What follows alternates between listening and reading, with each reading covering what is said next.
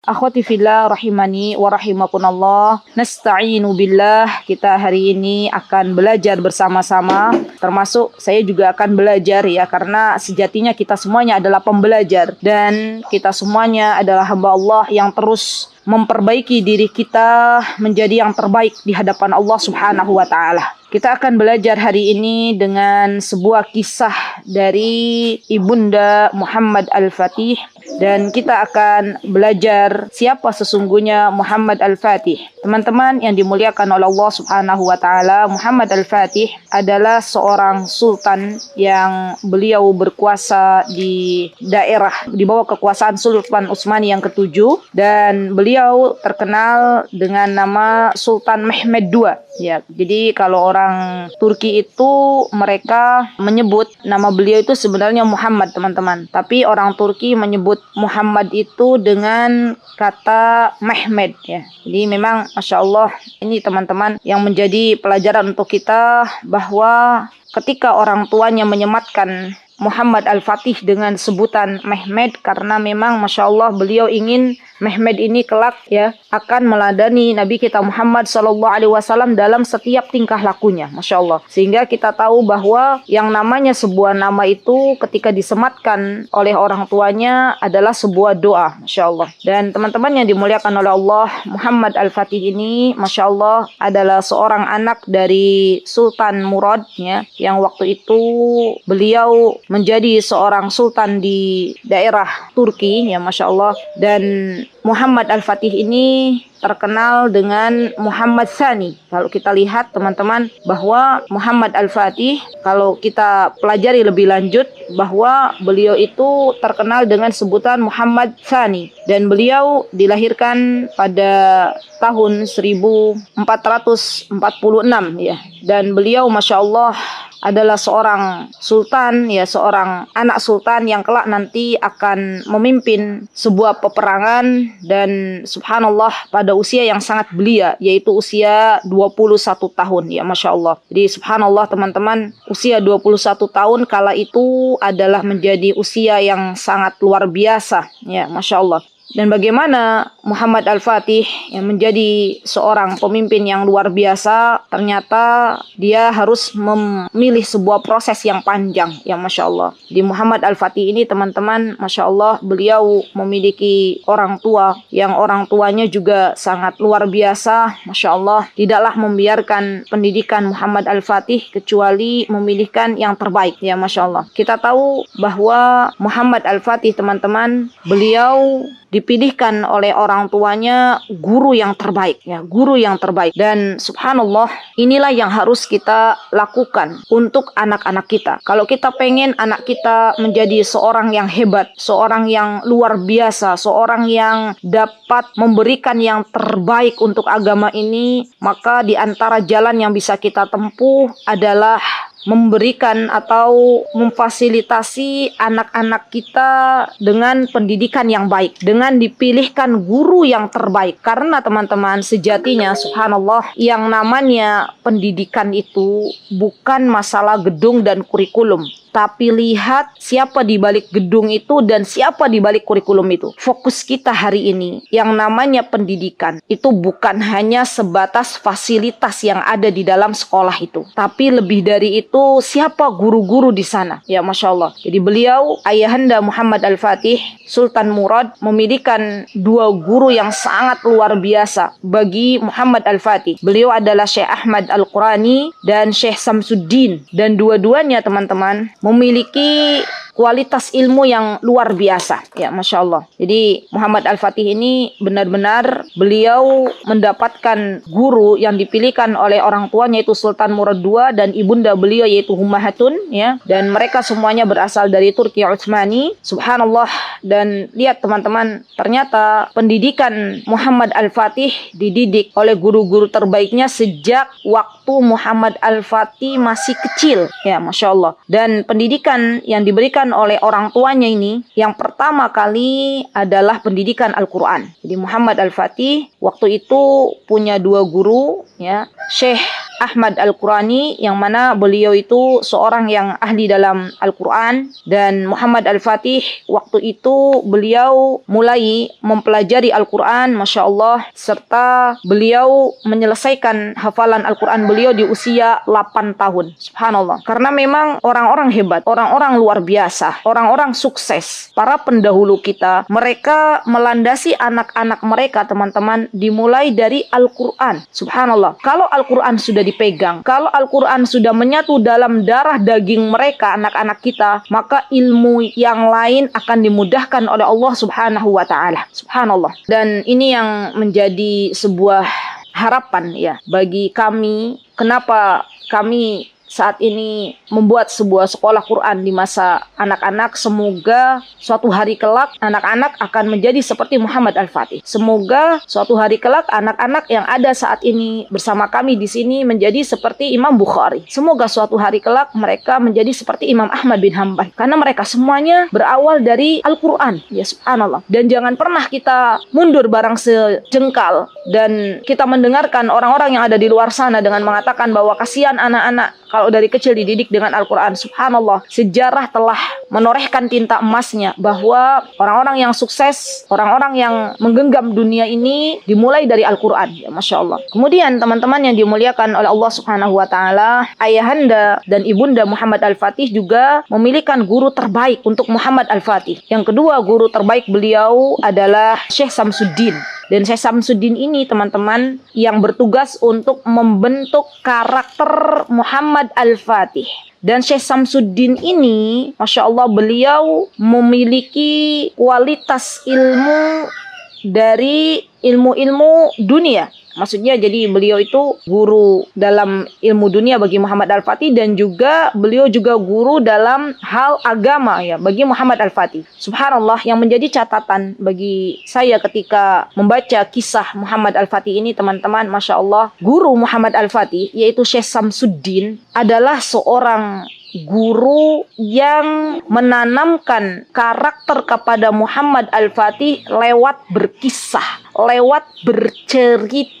Dan subhanallah, ternyata teman-teman, dalam pendidikan anak-anak, berkisah adalah sesuatu yang sangat disenangi bagi anak-anak. Saya melihat dengan mata kepala saya sendiri, teman-teman, bahwa ketika suatu hari ada ustadzah di sini, di satu ini yang mencoba untuk berkisah kepada anak-anak, Masya Allah, Tabarakar Rahman, ustadzahnya berkisah tuh anak-anak langsung kumpul, langsung mendengar dengan seksama, yang awalnya tadinya lari-lari langsung bergabung, ya Masya Allah. Dan alhamdulillah, biidnillahi ta'ala, semua atas pertolongan dari Allah Subhanahu wa Ta'ala, semua ustadzah, semua kita semuanya ya, alhamdulillah, yang saya lihat di sini ya teman-teman, semua ustadzah alhamdulillah biidznillah ta'ala semua bisa berkisah. Dan ini yang harus kita lakukan, bukan hanya ustadzah yang harus bisa berkisah, tapi kita juga orang tua harus bisa berkisah. Karena anak itu tidak akan bisa menolak dari 3 hal: berkisah, mereka suka ketika ada kisah; bermain, mereka suka dengan bermain; dan juga hadiah. Dan itu kita kumpulkan 3 hal itu di dalam kurikulum kita yang ada di sini. Masya Allah. Jadi teman-teman, mulai lagi. Berkisah itu adalah metode terbaik untuk menanamkan karakter pada diri anak-anak. Seperti Syekh Samsuddin ketika menerapkan atau ketika mentransfer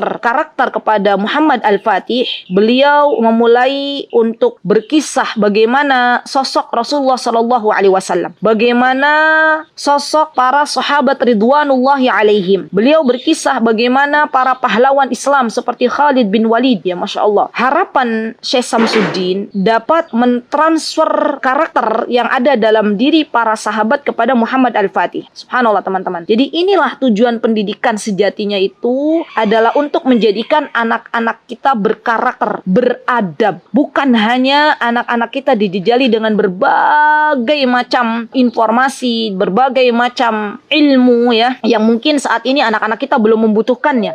Karena sekarang subhanallah, kalau kita lihat ya, dengan berkembangnya zaman teman-teman, kalau kita hanya menginginkan anak-anak kita sebuah pengetahuan, maka kita bisa cari di Mbah Google. Ingat teman-teman, Mbah Google itu bisa kita jadikan sebagai rujukan untuk mendapatkan sebuah pengetahuan. Tapi karakter tidak bisa dicari di Mbah Google. Karakter tidak bisa dicari secara instan. Dia harus ditanamkan sejak dini. Dia harus ditanamkan sejak kecil. Ya, subhanallah. Dan di antara karakter yang seharusnya kita tanamkan pada diri anak-anak ya teman-teman adalah bagaimana anak-anak itu dia bisa membalas kebaikan kawannya yang berbuat baik, misalnya dengan mengucapkan terima kasih. Bagaimana anak-anak kita ketika akan berbicara kepada orang yang lebih besar, meminta tolong, dia berbicara, saya minta tolong. Dan bagaimana pula ketika mereka misalnya berdebat dengan teman-teman kawan-kawan yang lain, mereka akan meminta maaf. Ini di antara karakter yang harus kita tanamkan kepada anak-anak sejak dini. Maka dari itu Syekh Samsuddin ya Masya Allah, beliau benar-benar membentuk mental Muhammad Al-Fatih menjadi mental seorang anak yang berakhlak mulia, menjadikan Muhammad Al-Fatih bermental seorang pejuang, menjadikan Muhammad Al-Fatih menjadi seorang anak yang dia dekat dengan Allah Subhanahu wa Ta'ala. Ya, Masya Allah. Di gurunya ini sangat mempengaruhi betul ya sifat dari Muhammad Al-Fatih ketika beliau masih hidup. Nah, teman-teman, insya Allah kalau misalnya mau belajar Muhammad Al-Fatih secara mendalam, siapa beliau, bagaimana kehidupan beliau, dan siapa ayahanda beliau, yuk bareng-bareng nanti nasta'inu billah, kita mohon pertolongan kepada Allah Subhanahu wa Ta'ala. Kita berangkat bareng ke Turki. Wah, itu rasanya luar biasa. Jadi belajar bareng, bawa anak-anak, kita langsung belajar di sebuah tempat kejadiannya. Kita katakan, nah inilah dulu Muhammad Al-Fatih berada di sini. Inilah dulu Muhammad Al-Fatih telah menguasai Konstantinopel, Masya Allah. Dan ternyata subhanallah, penguasaan Konstantinopel itu teman-teman adalah sebuah janji yang telah disabdakan oleh Nabi kita Muhammad Sallallahu Alaihi Wasallam. Rasulullah Sallallahu Alaihi Wasallam ketika beliau bersama para sahabatnya waktu itu teman-teman, beliau mengatakan, apa kata beliau? Kata beliau akan ditaklukkan dua kota yang sangat luar biasa, dan penaklukan kota itu akan diberikan oleh Allah Subhanahu wa Ta'ala untuk kaum muslimin. Jadi waktu itu Abdullah bin Amr bin As ditanya tentang kota mana yang dibuka terlebih dahulu, Konstantinopel atau Romawi. Maka beliau mengatakan bahwa Rasulullah SAW pernah berkata dulu bahwa Konstantinopel yang akan ditaklukkan terlebih dahulu sebelum Romawi. Subhanallah, dan Konstantinopel ini sudah ditaklukkan oleh Muhammad Al-Fatih yang waktu itu usianya 21 tahun teman-teman. Jadi Masya Allah, semoga suatu hari kelak kita semuanya bisa berangkat ke sana, bisa berangkat ke Turki langsung, ke Konstantinopel ya Masya Allah, dan kita bisa belajar banyak. Insya Allah mudah-mudahan kita doakan teman-teman, mudah-mudahan tim Mutiara Hikmah bisa memfasilitasi kita semuanya. Jadi saya sama suami tuh berbincang, Bi kayaknya bagus nih Bi kalau kita bikin traveling bareng anak-anak gitu ya, untuk berangkat langsung ke Turki, belajar bagaimana nanti di sana, Masya Allah. Dan ini menjadi pelajaran berharga pastinya bagi anak-anak kita. Dan kita memohon kepada Allah teman-teman, tidak ada yang tidak mungkin bagi Allah. Mungkin kalau kita hari ini mengatakan dari mana kita akan berangkat, dana kita mepet, subhanallah, jangan pernah mengecilkan Allah. Allah yang maha kaya, minta kepada Allah Subhanahu wa Ta'ala semoga liburan akhir tahun ini kita bisa berangkat bareng ya Masya Allah. Itu doa kami, saya sama suami, dan saya juga mendoakan bagi teman-teman semua semoga dimudahkan untuk bisa ke sana bersama anak-anak, sehingga anak-anak kita bisa belajar melihat bagaimana Muhammad Al-Fatih menggenggam Konstantinopel, bagaimana perjuangan Muhammad Al-Fatih ketika berada di Amasya ya. Jadi beliau itu dulu oleh ayahanda beliau teman-teman dikirim ke sebuah tempat bernama Amasya. Di sana beliau dididik, digembleng oleh guru-guru terbaiknya, Masya Allah. Beliau berpisah dari kedua orang tuanya, dan ini ada hikmah yang sangat luar biasa. Terkadang kalau anaknya sultan itu senantiasa berada di rumah, apalagi beliau adalah seorang anak laki-laki, maka kemewahan yang akan didapatkan tidak mengerti adanya rasa sungguh-sungguh di dalam menitik kehidupan ini. Maka dari itu ayahanda Muhammad Al-Fatih Sultan Murad ingin mengajarkan kepada Muhammad Al-Fatih untuk bisa hidup ya dalam keadaan yang sesungguhnya. Saking sayangnya orang tuanya Muhammad Al-Fatih, dikirimlah Muhammad Al-Fatih ke Amasya ya Masya Allah. Dan beliau ketika itu harus berpisah dengan kedua orang tuanya yang sangat beliau cintai, berpisah dengan ibunda tercintanya, dan beliau langsung berjumpa dengan kawan-kawannya. Jadi dulu tuh teman-teman, Amasya itu adalah sebuah tempat di mana para anak-anak raja ya digembleng ya,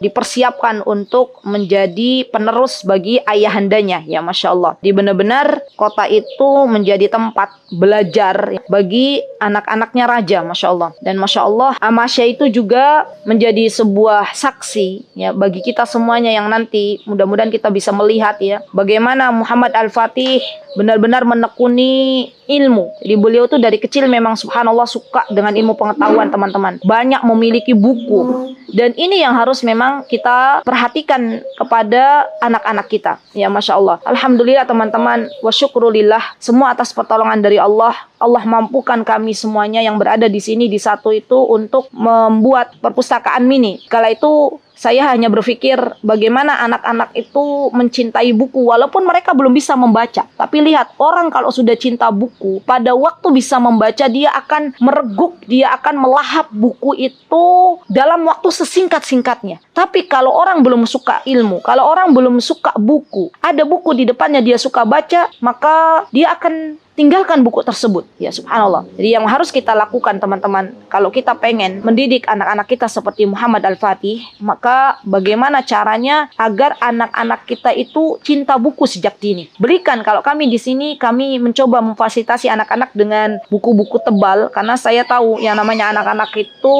rasa penasarannya tinggi. Ya, kalau bukunya itu tipis, sampulnya tipis, gampang robek. Maka kita sengaja belikan buku-buku yang tebal sampulnya, dan sengaja belikan buku yang warna-warni agar anak-anak suka dulu. Ya Masya Allah. Dan subhanallah teman-teman, ternyata betul anak-anak ketika memegang buku itu mereka bolak-balik ya. Dan ketika penasaran dan pengen mengetahui isi buku itu, mereka penasaran, mereka mencoba untuk meminta kepada ustazahnya, "Ustazah, minta tolong dibacakan. Ustazah, minta tolong dikisahkan dalam buku ini." Masya Allah. Begitu pula kita orang tua, jangan pernah takut untuk jajan buku ya. Jadi jajan tuh jajan yang berkualitas. Beli buku itu jangan sayang-sayang. Kalau ada rizki dari Allah, maka belikan buku untuk anak-anak kita. Dan yakinlah buku itu akan bermanfaat. Jadikan anak-anak kita menjadi anak-anak yang cinta ilmu seperti Muhammad Al-Fatih. Jadikan anak-anak kita anak-anak yang hobi belajar seperti Muhammad Al-Fatih. Dari kecil beliau memang hobi belajar. Kemana-mana itu bukunya dibawa ya. Sampai ketika saya membaca kisahnya Muhammad Al-Fatih itu dari tempat ayahnya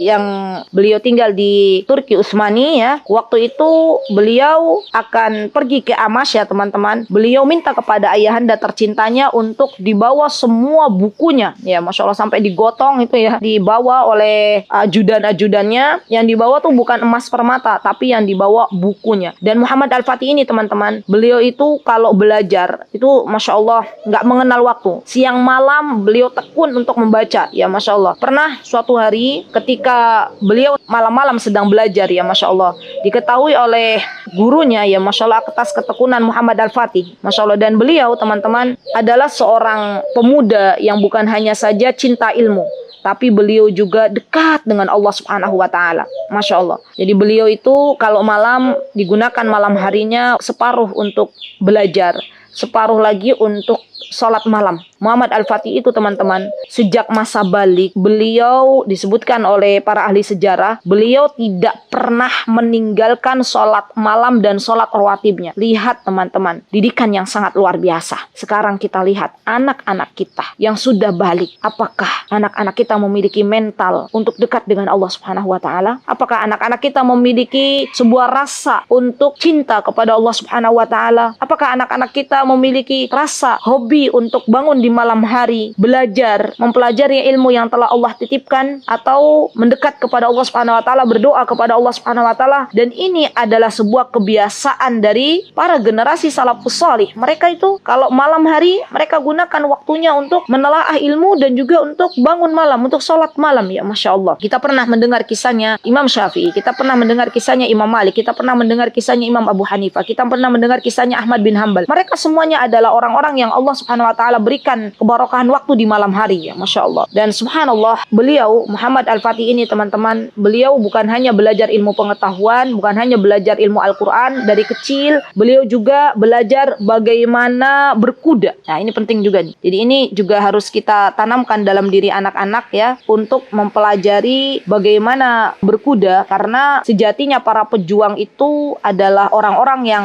dia sudah tidak ada lagi lagi kesempatan untuk belajar kecuali di antara yang ia pelajari biasanya para pejuang itu bagaimana berkuda, bagaimana memanah. Nah, subhanallah, saya masih ingat ketika Muhammad Al-Fatih itu dinobatkan waktu itu ketika usia 12 tahun. Jadi waktu itu Muhammad Al-Fatih itu di usia 12 tahun sudah pandai berkuda, sudah pandai memanah, teman-teman. Dan waktu itu pernah dinobatkan menjadi seorang sultan oleh ayahanda tercintanya, tapi tidak didukung oleh perdana-perdana menteri yang ada di sekitarnya. Jadi Muhammad Al-Fatih waktu itu, teman-teman, senantiasa beliau diajak oleh orang tuanya ya langsung. Nah, ini pelajaran penting kan, diajak langsung ke sebuah benteng yang telah dibuat oleh mbah buyutnya waktu itu, Bayazid, Sultan Bayazid. Kemudian Muhammad Al-Fatih diberikan motivasi oleh ayahanda tercintanya. Apa kata ayahanda tercintanya? Wahai Muhammad Al-Fatih, engkau adalah orang yang akan menaklukkan Konstantinopel. Lihat Konstantinopel dari sini, kata bapaknya. Lihat Konstantinopel dari benteng ini, kelak engkau yang akan menaklukkan itu. Subhanallah, ini didikan yang sangat luar biasa. Jadi teman-teman, kalau kita pengen anak-anak kita menjadi orang yang hebat di masa yang akan datang, maka selalulah berdoa kepada Allah. Titipkan harapan kita kepada Allah Subhanahu wa ta'ala. Katakan kepada anak-anak kita, wahai anakku, kalau engkau besar bercita-cita ingin menjadi sultan, maka ibu dan bapak doakan semoga engkau menjadi sultan. Bawa anak kita misalnya ya, kita katakan ini nanti yang akan engkau duduki ya, kursi ini yang akan engkau duduki. Subhanallah, saya jadi teringat ke belakang memori yang pernah saya dapatkan itu, teman-teman. Dulu waktu ananda tercinta, semoga Allah menjaganya, waktu Allah berikan kesempatan untuk pergi ke Madinah ya, saya diceritakan oleh suami itu, putra kami yang masih kecil waktu itu usianya masih 2 tahun ya kurang lebih, dibawa ke kursi syekh yang ada di Madinah ya. Kemudian kata suami, ya Hamzah, ini adalah kursi para syekh untuk mengajar, kursi para syekh untuk menebarkan ilmu. Besok Abi berdoa semoga kelak engkau yang akan duduk di kursi ini. Ya Rabb, kabulkan doa kami. Begitulah kita cara mendidik anak-anak ya akhwat, agar anak-anak itu bisa melihat bahwa dulu ayahnya pernah menitipkan sebuah harapan. Semoga Allah Subhanahu wa ta'ala memudahkan anak-anak kita untuk menjadi orang yang bermanfaat. Sebagaimana ayah Muhammad Al-Fatih membawa Muhammad Al-Fatih ke sebuah benteng dan memotivasi anaknya, wahai Muhammad Al-Fatih, dari sini engkau akan menaklukkan kota Konstantinopel. InsyaAllah. Dan Allah mengabulkan doanya. Allah mengabulkan doa ayahanda Muhammad Al-Fatih. Semoga Allah Subhanahu wa ta'ala mengabulkan harapan-harapan kita kepada anak-anak kita. Semoga Allah Subhanahu wa ta'ala menjadikan kita sebagai orang tua bisa membimbing, menitipkan anak-anak kita kepada Allah Subhanahu wa ta'ala. Baik, kemudian teman-teman yang perlu kita tanamkan dalam diri anak-anak ya, pelajaran yang bisa kita ambil dari orang tua Muhammad Al-Fatih ya. Kalau kita pengen anak kita menjadi seperti Muhammad Al-Fatih, setelah Al-Quran dipegang, setelah ilmu agama dipegang, setelah ilmu berkuda dipegang oleh Muhammad Al-Fatih, setelah ilmu memanah dipegang oleh Muhammad Al-Fatih, motivasi terus diberikan oleh orang tuanya, karena motivasi ini yang akan menyemangati anak-anak kita di dalam kehidupan ya, Masya Allah. Sampai-sampai yang tadi saya ceritakan, di usia 12 tahun itu Muhammad Al-Fatih sempat menjadi seorang sultan, kemudian dilepas kembali. Dan subhanallah, akhirnya Muhammad Al-Fatih dikirim ke Amasya lagi untuk belajar lagi. Ayahnya berkata apa coba teman-teman kepada Muhammad Al-Fatih? Ayahnya Sultan Murad berkata kepada Muhammad Al-Fatih, memberikan motivasi kepada Muhammad Al-Fatih, wahai Muhammad Al-Fatih, ayah tetap memiliki harapan agar engkau menjadi seorang pemuda yang kelak akan menaklukkan Konstantinopel. Karena memang menaklukkan Konstantinopel ini sudah dicoba oleh mbah buyutnya Muhammad Al-Fatih dan qadarullah belum bisa untuk menembus Konstantinopel. Dan ayahnya Sultan Murad benar-benar yakin meminta kepada Allah bahwa Muhammad Al-Fatih lah yang kelak akan menaklukkan Konstantinopel. Maka kata ayahnya, wahai Muhammad kecil ya, wahai Muhammad, aku tahu engkau sedih dikembalikan oleh ayah ke sini lagi katanya. Aku tahu bagaimana perasaanmu, lihat bagaimana perasaanmu. Tapi kata-katanya ini saya terus ingat ya. Apa kata beliau? Tapi wahai Muhammad Al-Fatih, ya kata beliau, Masya Allah, ketahuilah, kata ayahanda beliau, bahwa sebatang anak panah itu harus mundur dulu sebelum melesat. Subhanallah. Wahai Muhammad Al-Fatih, angin kencang berhembus di pegunungan yang curam, katanya. Kelak nanti kalau engkau menjadi sultan, itu banyak sekali ujian-ujian yang akan menerpamu. Maka bersabarlah, mintalah tolong kepada Allah Subhanahu wa ta'ala. Subhanallah, ini motivasi ayahanda beliau, teman-teman. Selalu kalau Muhammad Al-Fatih mengalami sebuah kegagalan ya di dalam kehidupannya, ayahnya ayahnya selalu mengatakan, wahai Muhammad Al-Fatih, bersabarlah, wasta'inu bis-sabri wassalam, mintalah tolong kepada Allah Subhanahu wa taala. Dan ini yang harus kita tulis di dalam catatan-catatan lembaran-lembaran pengasuhan anak. Ketika anak kita down, ketika anak kita berputus asa, maka kita katakan, "Nak, semangatlah. Nak, ada Allah yang akan membantumu. Nak, mintalah tolong kepada Allah. Bersabarlah. Setelah kesulitan pasti ada kemudahan." Ya, subhanallah. Jadi, poin yang bisa kita pegang, teman-teman, dalam mendidik anak-anak, terus memotivasi anak-anak kita agar mereka menjadi anak-anak yang memiliki mental yang kuat. Ya, Masya Allah. Kemudian, di antara poin yang ingin saya sampaikan dalam kesempatan yang berbahagia ini, kalau kita pengen punya anak seperti Muhammad Al-Fatih, bekali mereka dengan bahasa. Karena Muhammad Al-Fatih ini di usia 16 tahun itu sudah menguasai 8 bahasa. Ya, Masya Allah. Jadi 8 bahasa sudah dikuasai. Yang dimaksud oleh saya itu bahasa asing, teman-teman. Bukan teman-teman mengatakan, anak saya juga sudah pintar ustazah 3 bahasa. Bahasa Indonesia, bahasa Sunda, bahasa Jawa. Bukan itu yang saya maksud. Tapi maksudnya adalah 8 bahasa asing. Ya. Dan jadikan dasar yang dipelajari oleh anak-anak kita setelah bahasa Indonesia adalah bahasa Arab. Karena bahasa Arab ini adalah bahasanya Al-Quran. Bahasanya hadis Nabi kita Muhammad SAW. Setelah anak-anak kita belajar bahasa Arab, boleh belajar bahasa yang lainnya. Tujuannya apa? Tujuannya adalah untuk menyiapkan anak-anak kita bisa berkomunikasi, bisa berdakwah lebih luas lagi dengan segala macam orang yang ada di luar negeri.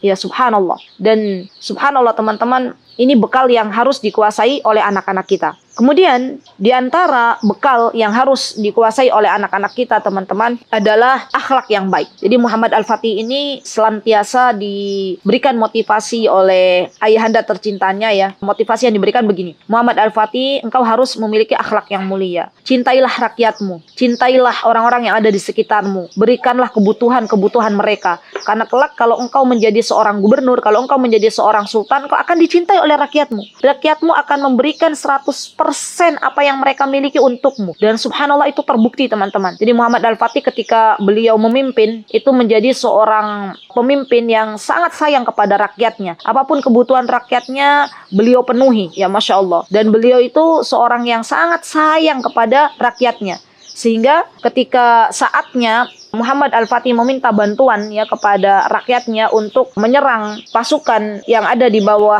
kekaisaran ketika itu di Konstantinopel, maka rakyatnya sudah siap berjuang bersama Muhammad Al-Fatih. Ya, subhanallah. Dan subhanallah, teman-teman, biidnillahi ta'ala, ya Masya Allah, awal mula Muhammad Al-Fatih menyerang Konstantinopel itu tidak langsung bisa, teman-teman. Allah uji dulu Muhammad Al-Fatih. Di peperangan pertama, Allah kalahkan dulu, mundur dulu, sampai Muhammad Al-Fatih sudah bingung apa yang harus dilakukan. Korban dari kaum muslimin begitu banyak, ya Masya Allah. Bahkan para Perdana Menteri ketika itu sudah mengatakan kepada Muhammad Al-Fatih, ya Muhammad Al-Fatih, ya Mehmet, sudah kembali lagi ke Turki, ayo.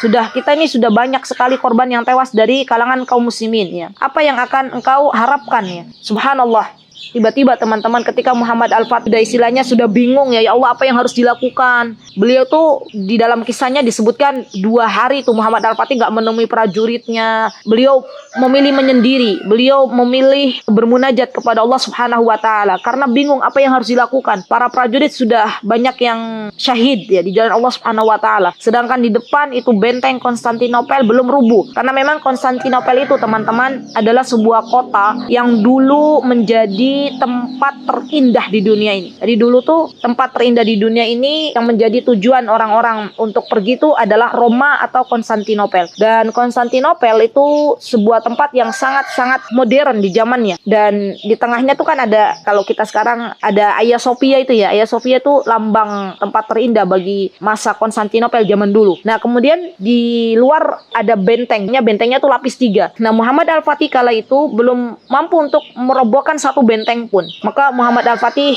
meminta kepada Allah Subhanahu wa taala, memohon kepada Allah, ya Allah, bagaimana ini caranya ya Allah? Benar-benar subhanallah, teman-teman, dikala beliau bingung, dikala beliau harus bingung apa yang beliau lakukan, maka kemudian gurunya beliau datang lagi. Gurunya beliau datang memberikan motivasi kepada Muhammad Al-Fatih. Masya Allah, kata gurunya, wahai Mehmet, katanya, ya, jangan kau mundur barang sejengkal. Ingat cita-cita mbah buyutmu, ingat cita-cita ayahmu, ingat bahwa engkau yang akan menaklukkan Konstantinopel sebagaimana apa yang telah dititipkan ayahmu kepadamu. Ingat bahwa Konstantinopel akan diraih lagi oleh kaum muslimin sebagaimana sabda Nabi kita Muhammad SAW, engkau yang akan menaklukkan ya Mehmed gitu ya. Subhanallah teman-teman, setelah mendapatkan motivasi dari guru terbaiknya, dan Masya Allah guru terbaiknya tuh selalu ikut gitu. Jadi Muhammad Al-Fatih kemana beliau tuh selalu ikut mendoakan ya Masya Allah. Dan akhirnya Muhammad Al-Fatih pun keluar lagi memohon pertolongan kepada Allah, berusaha untuk menjebol lagi benteng Konstantinopel. Masya Allah, biiznillahi ta'ala, semua atas pertolongan dari Allah. Allah menangkan, Allah bisa memberikan kemenangan bagi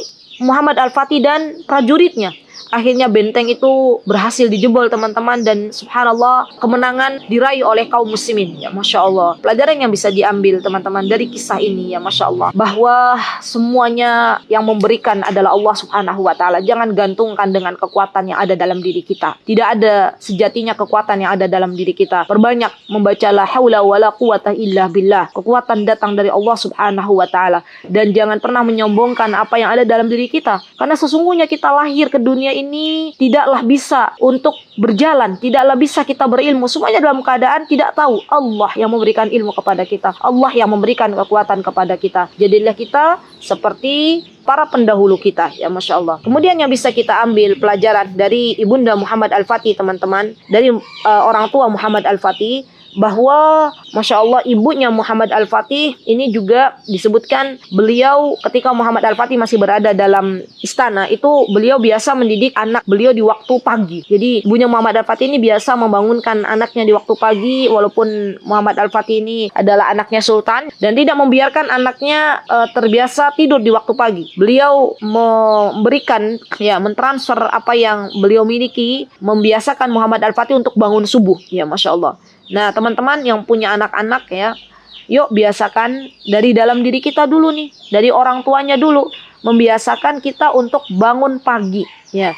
Karena waktu pagi itu adalah waktu yang didoakan oleh Rasulullah SAW. Allahumma barik li ummati fi bukuriha. Ya Allah, berikanlah keberkahan bagi umatku di waktu pagi. Bangun teman-teman di waktu pagi. Jadikan rumah teman-teman di waktu pagi itu ramai dengan ilmu. Jadikan rumah teman-teman di waktu pagi itu ramai dengan Al-Quran. Jadikan di waktu pagi itu rumah teman-teman ramai dengan zikir pagi misalnya. Semuanya zikir pagi. Masing-masing zikir pagi. Masing-masing belajar.